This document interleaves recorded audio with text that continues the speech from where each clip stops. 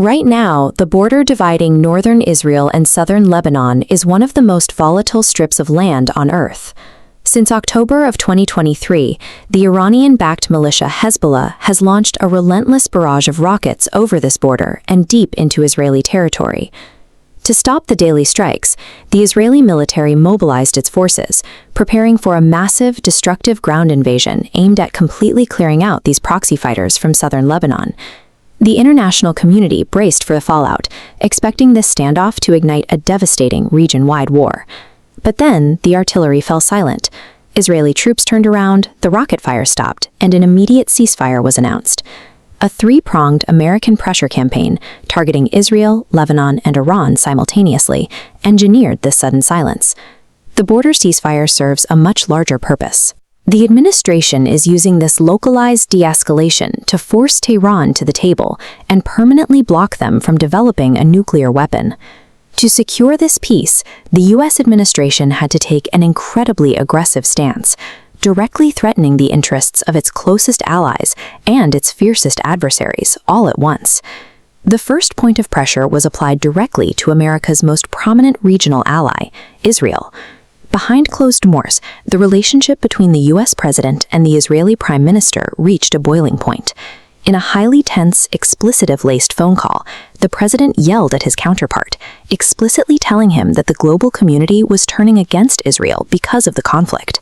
He used the full weight of American backing to issue a stark warning, forcing the prime minister to abandon a major impending raid into Lebanon. The message was clear: the U.S. will strong-arm its own allies to maintain tactical boundaries. While the president was holding Israel back, U.S. diplomats were quietly opening up a second front of pressure, this time targeting the Lebanese government. The administration's plan was to drive a wedge straight through the political structure, turning the Lebanese state against the Hezbollah militia.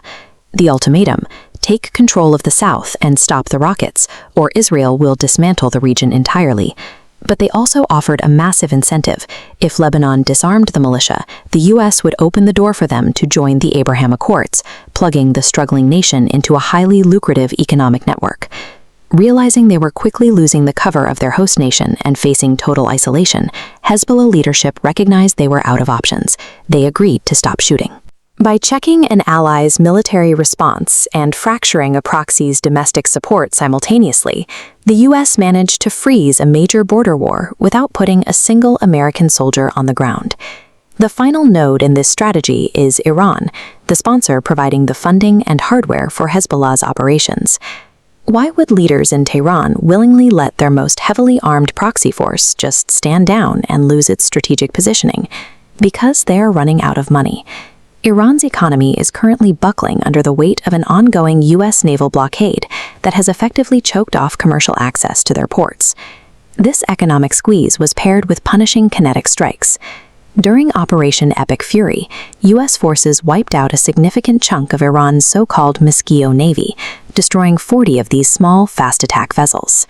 The combined financial and military strain is so severe that Iranian officials explicitly tied the ceasefire in Lebanon to their own desperate need for a new deal with America.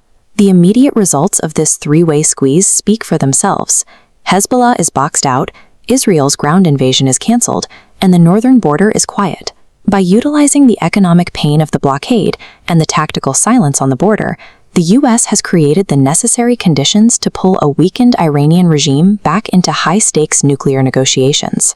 This de-escalation demonstrates a shift in regional dynamics. Stability is being achieved by ensuring the economic and military cost of further conflict is far higher than the cost of a diplomatic deal.